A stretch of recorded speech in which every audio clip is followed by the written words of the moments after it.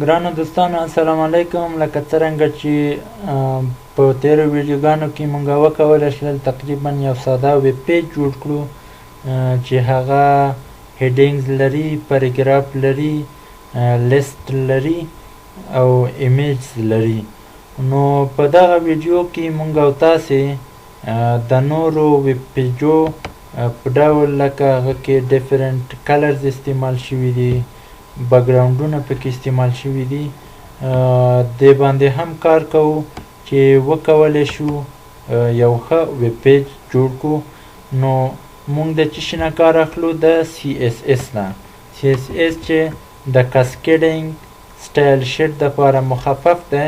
نو د دې په واسطه مونږ کولی شو چې خپل HTML صفحه ډیزاین کړو او یا هم هغه ته سټایل ورکړو.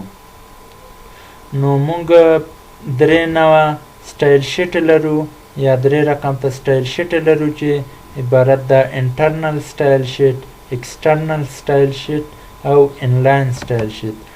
نو مونږ تاسې په دغه کې د انټرنل سټایل شیټ نه ګټه اخلو. نو ډولونه به بیا وروسته تشریح کړو او ګټه به ترې واخلو. چې انټرنل سټایل شیټ چې ده د هیډ ټګ ترمنځ واقع کیږي، یعنې دلته باید ډسکرایب شي او یا هم ګټه ترې واخیستلی شي چې په دې ډول یې لیکو سټایل، بیا بیرته سټایل ټګ بند. دا هم چې کله بند کړلو راځو نو مونږ او تاسې اوس غواړو د دې هیډینګ چې هیډینګ 1 دی کلر یې بدل کړو. څه رقم کوو؟ نو مونږ راځو سلیکټر ته.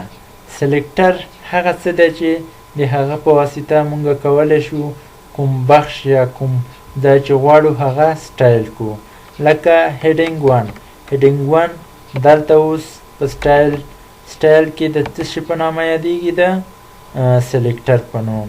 نو مونږ کولی شو چې دغه سلیکټر په نوم دې کې چې کوم لیکنې راغلي دي د هغې رنګ بدل کړو. دوه قوسه خلاصوو غټ او دلته مثال لیکو. اول چې شی ورته بدلوو؟ کلر.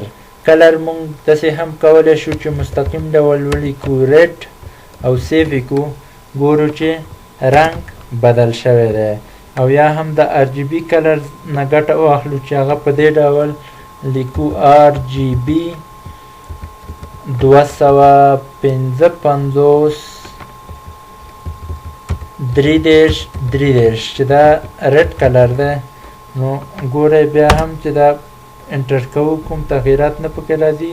د RGB کلرز نه هم استفاده کولی شو، هکزاډیسیمل نه هم استفاده کولی شو، خپله نومونو نه هم استفاده کولی شو کوم کلرز چې پاپولر دي.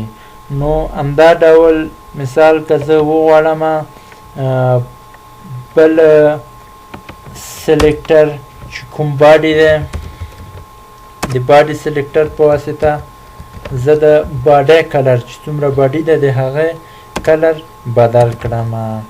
یا مثال داسې ورته لیکم چې بکګراونډ سلش کلر مثال ورکومه اورنج، نارنجي. سیف کوم یې. کله چې ریفرش کوم ګورم چې رنګ ټول څه شی شو؟ ټول اورنج شو.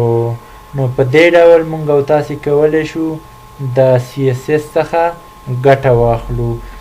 سربیره پر دې مثال زه غواړم څه شی وکړم؟ د هیډینګ 3 ته. هیډینګ 3 ته هم سور رنګ ورکړم. نو څه شی به کوې؟ دلته کامه ورکړه، هیډینګ 3 ولیکه. په عین حال کې ته کولی شي هیډینګ 3 ته کوم کلر چې دي بدل یې کړې. امپورټنس آف HTML. نو دا به د CSS بیسکس یا اساسات. انشاءالله په راتلونکو ویډیوګانو کې به نور هم په دې باندې کار وکړو چې څنګه کولی شو یوه ښکلې صفحه جوړه کړو او ګټه ترې واخلو د CSS څخه. مننه کوم د تاسې نه ډېره زیاته. زموږ چینل در سره سبسکرایب کړئ او خپلو دوستانو سره یې شریک کړئ. خوشحاله اوسئ.